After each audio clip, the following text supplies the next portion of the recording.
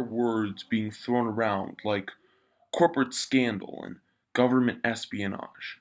Usually, the first words that come to mind are some form of a corrupt government or large central entity with a big presence in the world and a lot of power.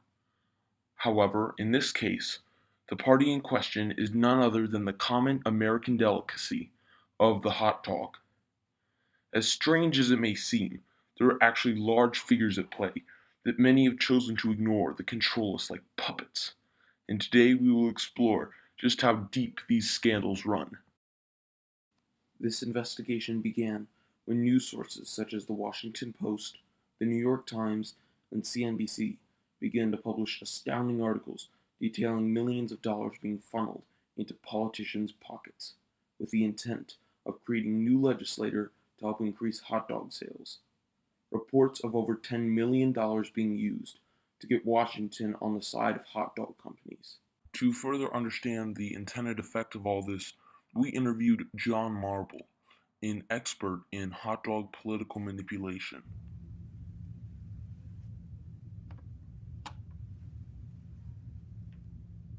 Hello. You know who I am. I'm a specialist. I deal with hot dog political manipulation.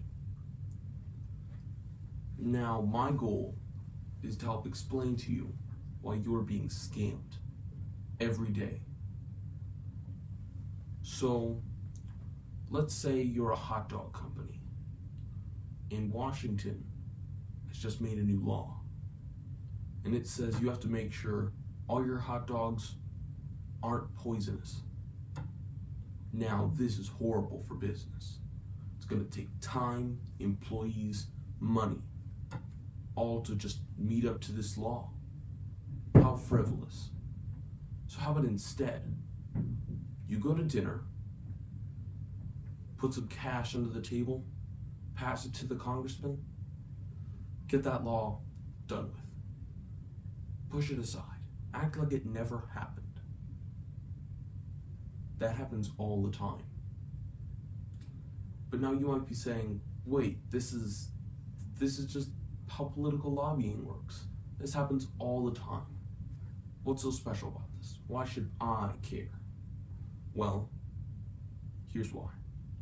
Because this, unlike most political lobbying, specifically targets you.